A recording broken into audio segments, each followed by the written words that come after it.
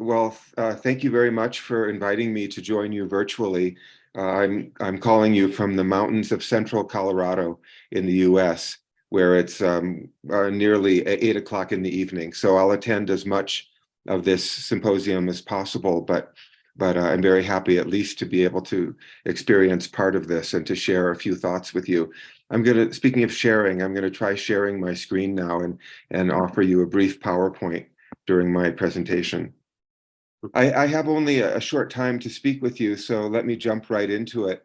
I'm going to talk a little bit about emotion and meaning in the Anthropocene. And in particular, I'm going to share some thoughts about what my colleagues and I call the arithmetic of compassion. It's a group of psychological ideas or a set of psychological concepts that have a lot of relevance to the discussion of affect during this historical era that we're living in. And one of the key lessons of the arithmetic of compassion is that we respond more powerfully to the meaning of a singular, very specific phenomenon than we do to an entire ecosystem, a group of people, or a large-scale catastrophe, such as global climate change. So here you see a single stone representing in a sort of synecdochic way an entire beach scene in the state of Oregon where I live. So something very small and specific is much more salient and emotionally compelling than a variety of details related to a large-scale phenomenon or numerical representation of such a phenomenon. Let me see if I can get these slides to advance. So some of you may have seen the abstract that I wrote for this talk, and some of the key parts of my summary of this topic are that we are experiencing a failure to respond emotionally to information about serious crises, which is fundamentally linked to the human insensitivity to numerical information, especially to quantities of victims exceeding very small numbers. What this means is that the more significant a crisis is, that is, the more human or non-human victims it involves, the less we care, the less effective emotionally that phenomenon is.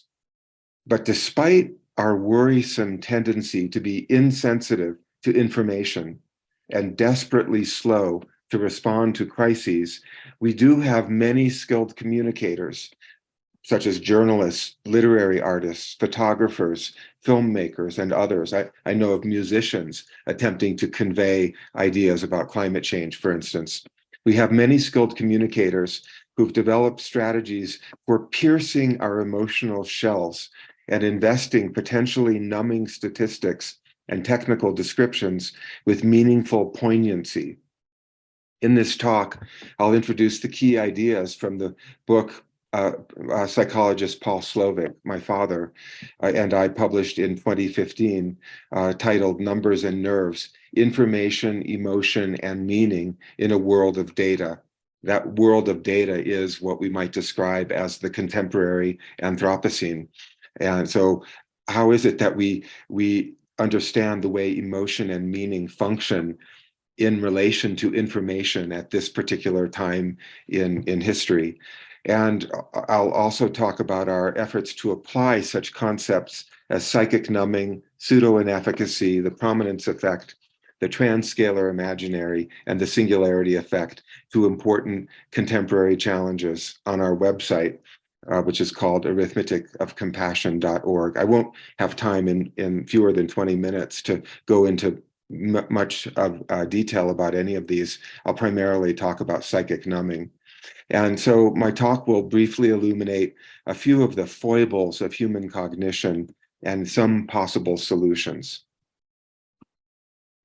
So many of you are probably familiar with the idea of affective eco-criticism, the idea of analyzing environmental texts with a special focus on affect.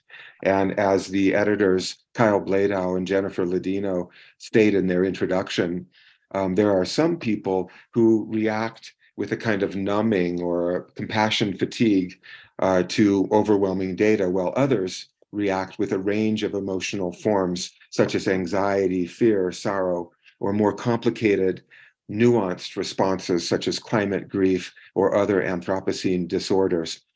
The bulk of their collection of articles, as I read it, focuses on the latter group of responses: anxiety, fear, sorrow, and so forth, climate anxiety in particular. And there's not so much attention paid to what may actually be an even greater concern, and that is the way we turn away from this important phenomenon of a global environmental change, or particularly climate change, because we are numbed by the information that's presented to us.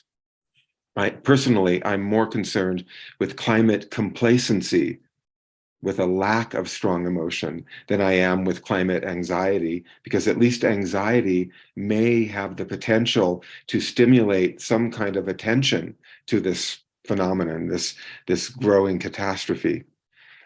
So people have been writing about emotion and environmental change for quite a number of years, and Bladow and Ladino refer to such works as Heather Hauser's 2014 book, Eco-Sickness in Contemporary US Fiction, Alexa Weik von Mosner's Affective Ecologies, and Nicole Seymour's Bad Environmentalism, which also touches on a wide range of emotional responses or environmentalist affects in the contemporary context. The book, Affective Eco-Criticism, concludes with Sarah Jacquette Ray's article, Coming of Age at the End of the World, the affective arc of undergraduate environmental studies curricula, in which she emphasizes the inseparability of the scientific material in her environmental studies courses and the way students feel about that material, which she says saturates our time together. That it's all about the emotion of the students. And Sarah writes, making affect a focus of our work together helps students connect their inner lives to the broader context of politics and its possibilities. And she's expanded on this one article, as many of you probably know, in her 2020 book, A Field Guide to Climate Anxiety. However, for a number of years, scholars such as Rob Nixon have also been emphasizing the fact that the public fails to apprehend, to pay attention to, and grasp, literally to grasp cognitively, the major catastrophes, both humanitarian and environmental, that are occurring around the world. And he particularly points to what he calls slow violence, things that are occurring in a non-spectacular way, slowly, out of sight, far away, and structurally, rather than in some kind of dramatic, picturesque way. So we have trouble grasping these phenomena, and what he's touching on here is very closely related to what psychologists and humanities scholars like I study as the arithmetic of compassion. So some of the key facets of this arithmetic of compassion and the idea of our insensitivity and insufficient emotional response to phenomena that are occurring in the world, both in the environmental and in the human contexts, are psychic numbing, the fact that we are quickly overwhelmed by numbers larger than one, leading to a tragic insensitivity to large-scale phenomena, pseudo-inefficacy, the fact that we often cease to pay attention to phenomena if we feel we can't have a positive effect. If we can't help everyone in need, we're not inclined to help anyone. The prominence effect illustrates the fact that we often face competing values, competing choices when we're trying to make decisions about our personal lifestyles or public policies that our communities are developing. And thus, we may ignore something that is ultimately more significant, such as climate change, because it distracts us from a near-term priority.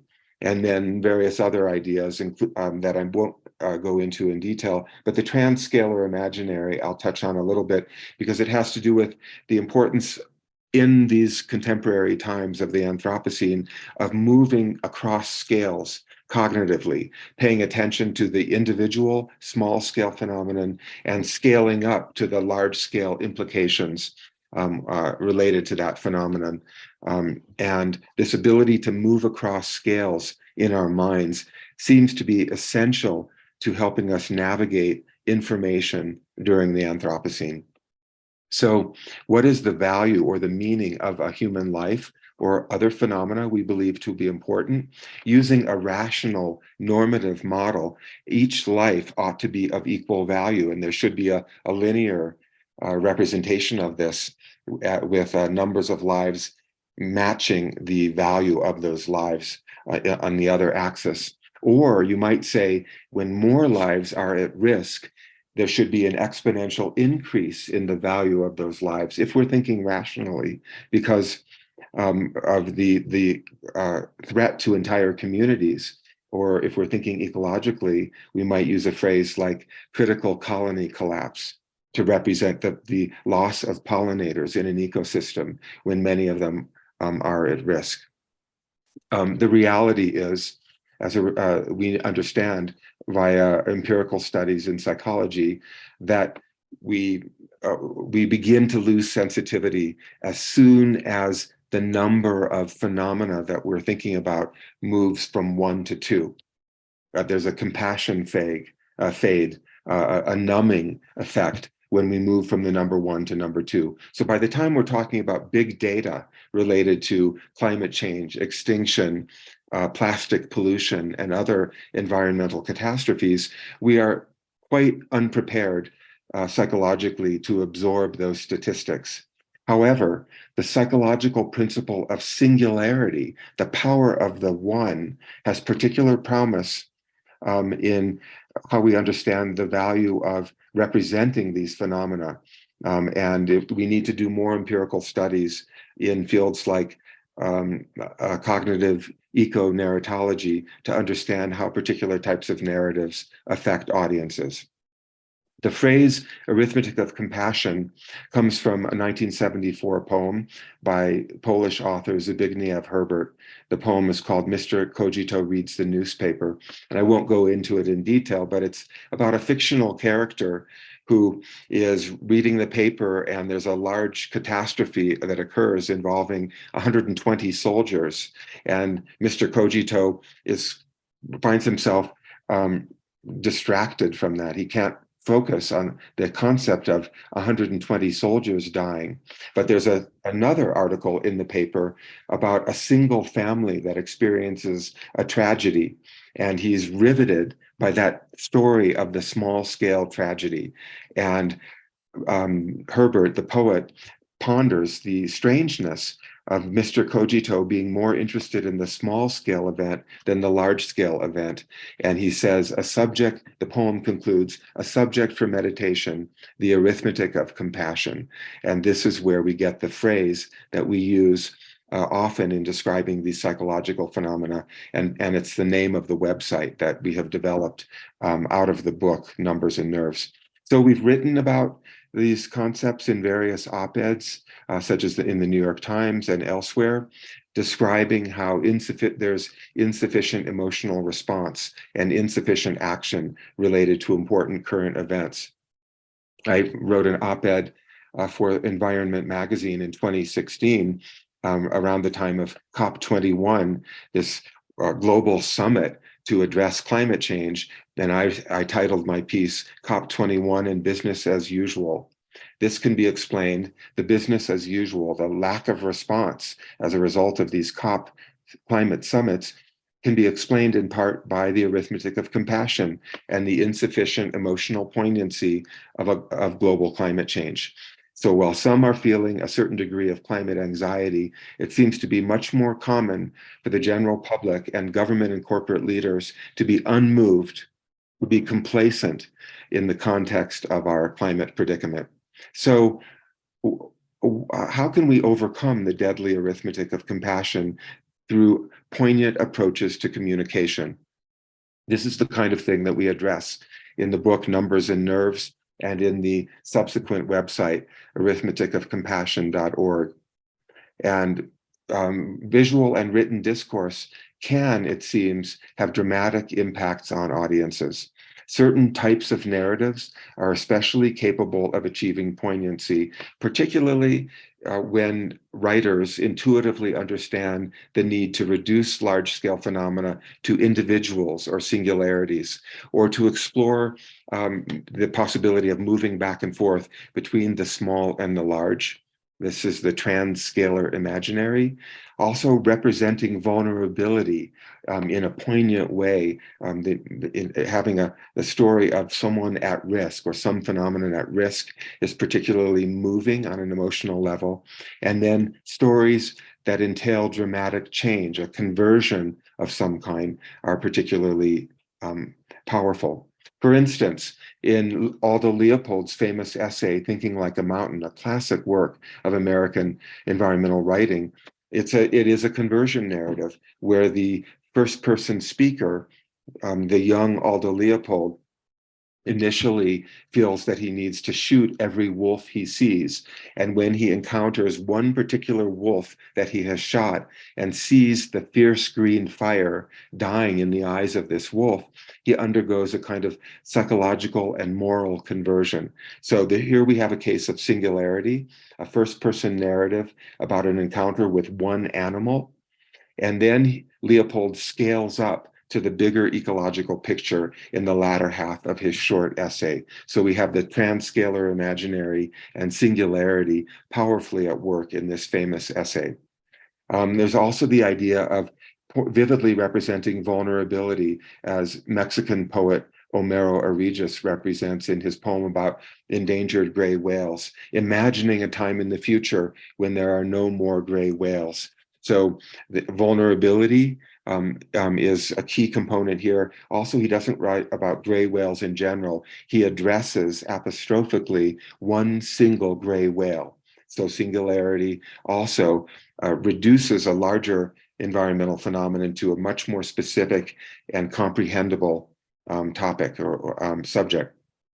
A very similar approach appears in Mary Beth Holloman's recent poem, How to Grieve a Glacier. This is directly related to climate change, of course, because glaciers, although they're inanimate, are a kind of indicator phenomenon for global climate change. And we often hear about the disappearance of glaciers, large masses of snow and ice around the world. So how do we grieve? How do we deeply feel emotionally the loss of a glacier? So in this short poem, Mary Beth Holloman, a poet from Alaska, articulates the idea that we cannot, of course, hold a glacier in our arms as we might hold a human infant. And yet, by saying it's not something you can hold in your arms, she tries to lead her reader to imagine what it might be to attempt to grasp something that is at risk, such as a glacier. She personifies the glacier and represents a single glacier rather than glaciers in general. She identifies the face of a glacier, again, personifying or giving human characteristics to the face. Also, in psychology, there's something known as mortality salience, that when something is at extreme risk of death or extinction, an audience tends to pay particular attention. So the potential oblivion of the glacier is particularly powerful for readers. My time is limited, so I'm not going to go into any more depth about that. So again, in this website, arithmeticofcompassion.org, we talk about the psychological phenomena, such as psychic numbing, and various features of the environmental humanities, including slow violence, narrative empathy, and empirical eco-criticism, the latter being the idea of studying effects of texts on audiences with empirical social science methodologies. And this website is regularly updated and now includes more than 100 essays, interviews, and reviews highlighting the relevance of these psychological phenomena of the arithmetic of compassion to both chronic and acute crises. Here, for instance, is an interview I conducted in 2021 with author Sharmin Abt-Russell about a new book she had published on childhood malnutrition around the world. asking her specifically what kinds of expressive techniques she uses in order to take a subject like malnutrition and make it engaging for her general readers.